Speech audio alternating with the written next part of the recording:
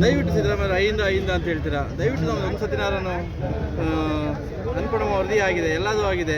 ದಯವಿಟ್ಟು ಐಂದ ಅನ್ನೋದು ಬಿಟ್ಬಿಟ್ಟು ಏನಾದ್ರು ಮಾಡಿ. ಸಣ್ಣ ಸಮುದಾಯ ಒಂದು ಕಂಪ್ಲೇಂಟ್ ಕೊಡಬೇಕು ಅಂತಂದ್ರೂ ನಮ್ಮ ಪೊಲೀಸ್ ನಿಮಗೆ ಏನೂ ಒಂದು ಆಕ್ಷನ್ ತಗೊಂತ ಇಲ್ಲ.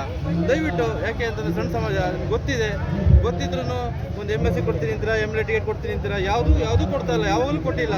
ಯಾಕೆ ಈ ಥರ ನಮ್ಮನ್ನು ಇದು ಮಾಡ್ತಾ ಇದ್ದೀರಾ? ದಯವಿಟ್ಟು ಒಂದು ಸತಿನಾದರೂ ಅನ್ಪೂರ್ಣ ವರದಿನ ಮುಂದೆ ಕಳಿಸಿ.